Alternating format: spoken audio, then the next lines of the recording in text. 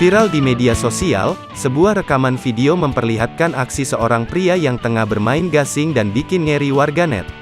Diketahui, gasing merupakan salah satu permainan tradisional Indonesia. Dalam video yang diunggah oleh akun TikTok @satriaideeng, Senin, tanggal 21 Maret tahun 2022, terlihat pria berkaos abu-abu tersebut menunjukkan aksinya saat bermain di sebuah lintasan gasing yang berbentuk lingkaran. Sementara di belakangnya, tampak sejumlah orang yang sedang duduk menyaksikan gasing berputar. Aksi sang pria ketika melemparkan gasing di lintasan itu membuat takjub sekaligus ngeri bagi warganet yang melihatnya.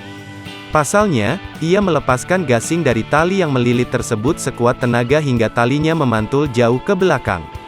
Bahkan, bukan tak mungkin tali itu pun dapat mengenai tubuhnya sendiri.